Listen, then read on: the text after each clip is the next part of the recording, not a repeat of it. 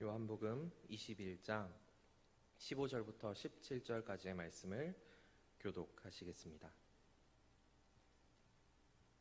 그들이 조반 먹은 후에 예수께서 시몬 베드로에게 이르시되 요한의 아들 시몬아 내가 이 사람들보다 나를 더 사랑하느냐 하시니 이르되 주님 그러하나이다. 내가 주님을 사랑하는 줄 주님께서 아시나이다.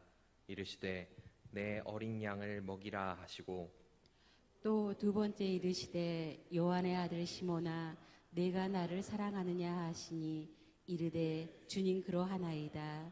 내가 주님을 사랑하는 줄 주님께서 아시나이다. 이르시되 내 양을 치라 하시고 함께 읽겠습니다. 세 번째 이르시되 요한의 아들 시몬아 내가 나를 사랑하느냐 하시니 주께서 세 번째 내가 나를 사랑하느냐 하심으로 베드로가 근심하여 이르되 주님 모든 것을 아시오매 내가 주님을 사랑하는 줄을 주님께서 아시나이다. 예수께서 이르시되 내 양을 먹이라. 아멘. 사람은 살면서 몇 가지 신체 부위를 평생 가지고 살아가게 됩니다. 영구적으로 들고 가야 하는 치아나 태어나면서부터 계속해서 같은 것을 쓴다고 하는 관절들, 그리고 계속 자라나고 상호작용을 하는 뼈, 또 쉬지 않고 사용하는 눈 같은 것들을 우리는 지금까지 그리고 또 죽을 때까지 계속 사용하게 됩니다. 그런데 다른 부분들은 조금씩 세포들이 죽어가고 또 새로 만들어지면서 새롭게 몸이 구성이 됩니다. 이러한 과정을 생리현상이라고 볼 수도 있겠지만 저는 회복이라고 이야기를 하고 싶습니다. 우리가 일상적으로 겪어가며 살아가는 일입니다. 살가죽이 상하면 그 자리에 상처가 납니다. 심하면 피가 나고 더 아래 조직까지 상하기도 합니다. 그런데 이 상처들은 결국 낫기 마련입니다. 하지만 그보다 심한 상처는 홀로 나을 수 없을 때도 있습니다. 우리 신앙생활에서도 그렇습니다. 주님이 원하시는 일들을 하려 나아가면 사람들은 우리를 거부하기 마련입니다. 이런 거부는 때로 우리에게 상처가 됩니다. 이런 상처들은 우리 눈에 보이지 않습니다. 살가죽이 상하여서 피가 나고 상처가 남는 것과는 다르게 눈에 보이지는 않습니다. 이러한 상처들이 예민한 분들은 느끼실 수 있지만 어떤 분들은 익숙해지면 이게 상처인 줄도 알지 못하는 경우도 있습니다. 그리고 건강한 신앙생활을 하고 있다면 이러한 상처들은 하나둘 저절로 낫게 됩니다. 그런데 그러지 못한 경우도 또 있습니다. 깊은 상처, 너무나 깊어서 영적으로도 상해버린 나머지 스스로 되돌리기 너무나 어려운 상처들도 있습니다. 우리가 심각한 상처를 입거나 혼자 나을 수 없는 질병에 걸린다면 어떻게 합니까? 우린 병원을 찾습니다. 병원에 가서 무엇이 어디가 아프고 어떻게 치료해야 하는지 그리고 무슨 약을 써야 하는지 알아 치료를 합니다. 영적인 상처는 그러면 어떤 병원에 가서 어떻게 치료를 해야 할까요? 예수님은 오늘 베드로에게 홀로 나을 수 없는 심각한 그 상처를 치료하고 있으십니다. 회복하게 만드시죠. 요한복음 21장 우리가 읽은 15절에서 18절의 주인공은 시몬 베드로라고 볼 수 있습니다. 예수님이 찾아와 말씀하신 사람, 예수님과 대화한 바로 그 사람이 시몬 베드로이기 때문이죠. 지금 예수님은 강가로 찾아오셨지만 사실 제자들은 부활하신 예수님을 이미 만났었습니다. 한 번도 아니고 두 번이나 만났습니다. 그때 제자들은 예수님께서 돌아가신 줄 알았고 죽으신 줄 알아서 두려워하며 떨고 있었습니다. 슬퍼하고 있었죠. 그때 예수님을 만나고 그들은 기뻐하며 어쩔 줄 몰라 합니다. 예수님과 함께 지내며 그렇게 행복한 시간을 보냅니다. 하지만 그러한 시간도 잠시 이제 예수님은 다시 떠나셨습니다. 제자들도 예수님과 함께 있던 그 자리를 떠났습니다. 떠나서 예수님이 계시지 않는 곳, 이전에 예수님을 만나기 전에 살던 그 자리로 돌아갔습니다. 바로 그 자리, 예수님이 계시지 않던 그 자리로 돌아갔을 때 예수님은 마지막으로 세 번째, 다시 한번 오늘 제자들을 찾아오신 것입니다. 그리고 제자들 앞에 숯불을 피워 물고기를 잡으러 강에 나가 있던 이들에게 아침 식사를 준비해서 나눠 주십니다. 제자들은 예수님이 계신 곳을 보고 바삐 나와서 예수님 앞에 앉습니다. 아침을 먹은 후에 예수님은 그 제자 중에 한 사람을 부르십니다. 우리 15절 말씀을 함께 다시 한번 읽어보겠습니다. 함께 15절 말씀을 읽겠습니다. 그들이 조밥 먹은 후에 예수께서 시몬 베드로에게 이르시되 요한의 아들 시몬아 내가 이 사람들보다 나를 더 사랑하느냐 하시니 이르되 주님 그러하나이다. 내가 주님을 사랑하는 줄 주님께서 아시나이다. 이르되 내 어린 양을 먹이라 하시고, 예수님께서는 베드로에게 세 번의 질문과 세 번의 답을 하게 하십니다. 세 번의 질문은 크게 다르지 않습니다. 내가 나를 사랑하느냐? 베드로의 답 또한 다르지 않죠. 네 주님 그렇습니다. 어쩌면 이 문답이 크게 다가오지 않을 수도 있습니다. 그냥 지나가는 말로 주님께서 베드로에게 확실히 듣고 싶은 답이 있으셨구나, 그 정도로 생각할 수 있습니다. 그런데 이 상황은 생각보다 더 진지한 상황입니다. 느긋하게 열심히 일하고 와서 이제 예수님 기쁘게 맞아서 아침을 나누고 나서 제자들이 이제 예수님과 좀 대화를 하나 보다 라는 바로 그 타이밍에 예수님께서 갑자기 아주 진지하게 베드로를 부르십니다. 요한의 아들 시몬아. 베드로에게 질문하실 때마다 세 번 다 요한의 아들 시몬아 라고 부르십니다.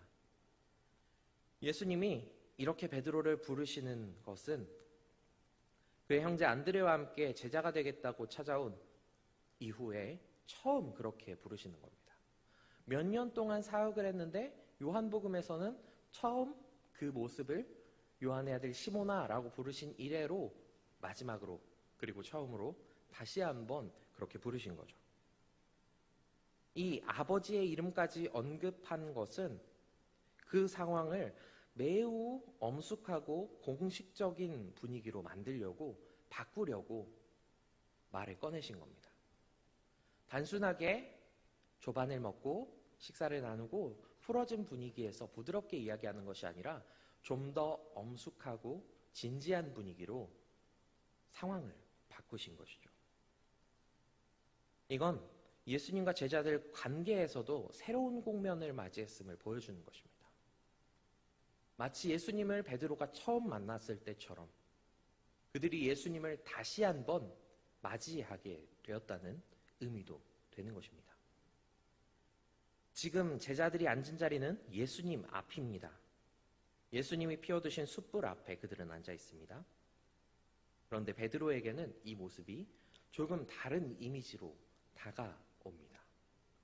예수님과 숯불, 그리고 그들이 일하고 나서 시간대는 아침 새벽녘입니다. 이 세 가지가 조합되면 베드로에게는 조금 무서운 상황이 떠오르게 됩니다. 예수님 앞에 타오르는 숯불, 베드로에게 새벽의 그 모습은 예수님께서 마지막 재판을 당하시던, 자기가 예수님을 세 번 부인했던 그 자리의 이미지가 떠오를 수밖에 없습니다. 타오르던 숯불이 예수님이 당하신 그 재판의 모습과 이미지가 겹칠 수밖에 없는 것이죠. 예수님께서는 새벽에 재판이 일어날 수 없는 시간대인데 그 시간에 재판이 열려서 상식적으로 있을 수 없는 죄목으로 재판을 당하십니다.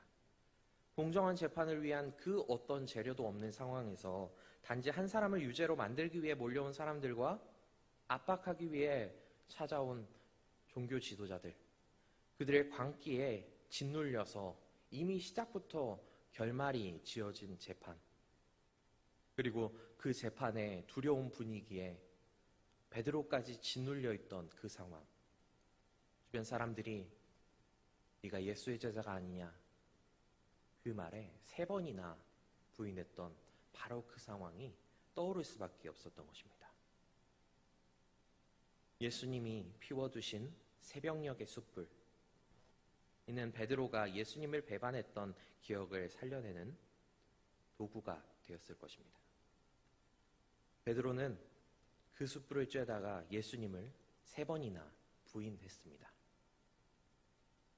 예수님은 베드로에게 질문하시면서 아주 진지하고 엄숙하게 그의 이름을 부르십니다. 요한의 아들 시몬아. 아버지의 이름까지 언급하면서 부르신 이유는 실패자의 자리에 떨어져서 낙심한, 도저히 홀로 회복할 수 없는 상처를 입어버린 제자에게 주님께서 다시 회복시키려고 그 자리로 초청하고 있으신 것입니다. 상처 입은 베드로를 위로하고 있으신 겁니다. 당연히 그 질문은 베드로가 했던 부인과는 정반대로 답을 요구하고 있으십니다. 첫 번째 질문에서 예수님이 이렇게 말씀하십니다. 그들이 조밥 먹은 후에 예수께서 시몬 베드로에게 이르시되 요한의 아들 시몬아, 내가 이 사람들보다 나를 더 사랑하느냐 하시니. 이 사람들보다, 원어로는 이 사람들보다라는 말은 여러 방향으로 해석이 가능합니다. 남성 복수로 해석이 가능하고요. 또는 중성, 그러니까 물체까지도 포함한 것들로 해석하기도 합니다. 그런데 이를 본다면 우리가 읽었던 성경 말씀과 다르게 이 말이 전부 다 포함하는, 물질까지도 포함하는 내용이라고 생각해 본다면 이렇게 해석해 볼 수 있습니다. 베드로야, 네가 다른 어떤 것보다 지금 있는 이 생업보다도 나를 더 사랑하겠느냐? 네가 두려워하는 그 모든 것보다도, 너의 그 상처보다도 나를 더 중요하게 생각하겠느냐? 이런 질문이 됩니다. 예수님을 부인했던 베드로에게, 그로 인해 스스로 돌이킬 수 없는 상처를 입어버린 베드로에게 다시 한번 예수님 앞으로 되돌아올 수 있는지를 묻고 있으십니다. 베드로는 예수님에게 어떻게 대답합니까? 주님, 그러하나이다. 내가 주님을 사랑하는 줄 주님께서 아시나이다. 라고 대답합니다. 예전이었다면 기회가 있을 때마다 제자 중에서 자기가 제일 예수님을 사랑한다고, 예수님께 목숨까지도 내어두겠다고 자신만만해하던, 어쩌면 교만에 가까운 마음을 가지고 있던 이 베드로가 이제 어떻게 대답합니까? 주님이 아십니다. 제 마음을 누구보다 주님이 아십니다. 아주 겸손한 답을 합니다. 그는 이제 더 이상 마음 내키는 대로 혹은 생각나는 대로, 생각하는 대로 대답하지 않고 예수님이 자기를 더 잘 아신다는 사실을 인정하면서 진지한 고백을 하고 있습니다. 어쩌면 베드로가 예수님을 3번이나 부인하며 입었던 상처, 그 상처를 통해서 회복해야 되는 그 상황에서 약이 되어서 교만을 내려놓고 예수님의 진정한 제자로 거듭나고 있는 모습이기도 합니다. 우리는 때로 주님을 전하는 일에, 주님과 함께 동행하는 삶에서 어떠한 방식으로든지 상처를 입고는 합니다. 교회 안에서, 교회 밖에서, 가족에게, 직장, 회사, 사회, 친구, 여러 관계와 상황들에서 상처를 입기도 합니다. 이런 상처들은 우리가 일상적으로 겪는 상처들이라서 대부분은 그렇게 깊지 않습니다. 그런데 어떤 때는 혼자서는 회복할 수 없는, 영적으로 무너져버리는 깊은 상처가 되기도 합니다. 오늘 베드로같이 이런 상처를 입을 수도 있습니다. 하지만 주님께서는 그 상처를 통해서 우리를 좀 더 주님과 가까워지게 하십니다. 베드로 또한 그렇게 하셨습니다. 예수님은 베드로에게 세 차례 물으신 후에 베드로가 세 차례 부인한 일을 상기시키기 위해서 그를 대답하게 하셨습니다. 직전까지는 숯불이 베드로가 예수님을 부인했던 곳이었지만 이제는 예수님을 향한 사랑과 헌신을 다짐하는 자리가 되었습니다. 같은 상처, 같은 자리이지만 전혀 새로운 의미로 예수님께서 회복시키신 것입니다. 베드로는 주님께 대답합니다. 주님, 그러하나이다. 내가 주님을 사랑하는 줄 주님께서 아시나이다. 베드로는 이제 겸손해졌습니다. 주님의 말씀과 능력을 전적으로 의지하는 사람으로 삶이 뒤바뀐 것입니다. 그전까지 가벼웠던, 열정만 앞세웠던, 생각하지 않고 떠들었던 사람에서 이제 주님의 일을 진정으로 해낼 사람으로 바뀌게 되었습니다. 그런 베드로에게 이제 예수님은 그 다음 단계로 넘어갈 것을 명령하십니다. 내 양을 먹이라, 내 양을 치라, 내 양을 먹이라. 예수님은 베드로에게 새로운 방향을 제시하면서 나아갈 것을 명령하고 있으십니다. 그 방식을 베드로가 알기 쉬운 방식으로 제시하십니다.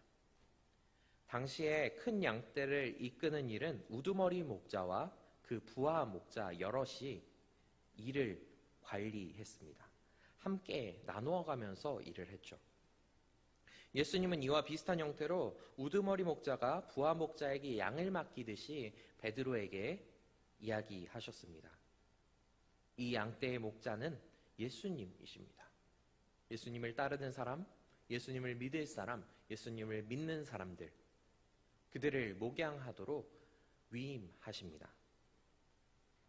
예수님은 양들을 위해서 목숨을 내어주신 선한 목자이시고 베드로는 이제 그 예수님을 닮아서 선한 목자가 되어야 합니다. 이후에 베드로의 삶은 극적으로 변화됩니다. 사도행전 2장 38절에서 41절 말씀을 제가 한번 읽어보겠습니다. 베드로가 이르되 너희가 회개하여 각각 예수 그리스도의 이름으로 세례를 받고 죄사함을 받으라. 그리하면 성령의 선물을 받으리니 이 약속은 너희와 너희 자녀와 모든 먼데 사람 곧 주 우리 하나님이 얼마든지 부르시는 자들에게 하신 것이라 하고 또 여러 말로 확증하며 권하여 이르되 너희가 이 패역한 세대에서 구원을 받으라 하니 그 말을 받은 사람은 세례를 받음에 이날에 신도수가 3,000이나 더하더라. 두려워하여 창문을 닫고 숨어있던 베드로가 이제 수많은 사람들의 마음을 돌리는 복음의 전도자로 정반대로 바뀌게 되었습니다. 놀라운 기적이죠. 있을 수 없는 일이었습니다. 자기의 욕심, 자기의 생각, 자기의 교만대로 행동하던 이 베드로가 이제는 예수님을 목숨을 다해 전하는 사람으로 바뀌게 됩니다. 그리고 이러한 일에 하나님께서는 능력을 부어주시고 예수님의 복음이 전파되는 일이 일어나게 됩니다. 사도행전에서는 베드로가 이러한 역사를 여러 번 행했음을 이야기합니다. 여기에서 어떠한 특별한 능력이 보여지도 않고요. 수려한 말솜씨가 드러나지도 않습니다. 하지만 그가 변해서 복음의 전도자가 되었다는 것만은 확실합니다. 또 사도행전 5장 29절에는 죽음에 두려워서 나서지 못했던 베드로가 이제는 공회에 나아가서 예수님을 전하지 말라고 압박하던 종교 지도자들 앞에 당당하게 하나님의 뜻에 따라 내가 살아가고 있음을 선포합니다. 그 자리가 죽을지 살지도 모르는 그 자리인데 예수님께서 받으셨던 그 재판과 어쩌면 다르지 않을 그 상황인데도 이제 그에게는 두려움이 없습니다. 성도 여러분, 회복해 된 사람은 하나님의 손을 잡고 예수님의 손을 잡고 일어난 사람에게는 두려워할 것이 없습니다. 예수님께서 우리에게 다시 한번 일어나도록 예수님 앞에 나아가도록 이끄신 바로 그 사람에게는 예수님 외에 두려워할 것이 하나도 없으신 줄을 믿으시기를 바랍니다. 오늘 말씀에서 베드로는 바로 그 사실을 깨달은 자가 되었습니다. 죽을 때까지 최선을 다해서 복음을 전하는 사람으로, 정반대의 사람으로 바뀌게 된 것입니다. 성도 여러분, 우리의 삶은 상처받고 회복하는 사건의 연속입니다. 주님 안에 있는 사람이라면 언제든지 상처받을 수밖에 없습니다. 그러나 우리는 그러한 상처에 주저앉아서는 안 됩니다. 오히려 주님께서 나아가 그 상처의 나음을 받아야 합니다. 회복해야 합니다. 주님은 우리가 주저앉아 있는 그 자리에 손을 내밀고 다시 나아오도록 우리를 초청하고 있으십니다. 바로 베드로가 자기의 생업, 갈릴리 바다로 되돌아가 주저앉으려 했던 그 자리에 예수님이 다시 찾아오셨던 것처럼 우리에게 또한 주님은 여전히 손을 내밀고 계십니다. 우리가 할 일은 주님께 나아가 그 손을 붙잡는 일입니다. 우리가 지금 눈을 들어 주님을 바라보기를 원합니다. 우리 삶 가운데 역사하실 주님을 기대하며 지금 나에게 내밀어 주시는 은혜의 손길을 누릴 수 있는 모든 성도님들이 되시기를 바랍니다. 주님께 기도하고 주님께 감사하고 주님께 찬양하고 예배하는 모든 성도님들이 되시기를 간절히 바라겠습니다.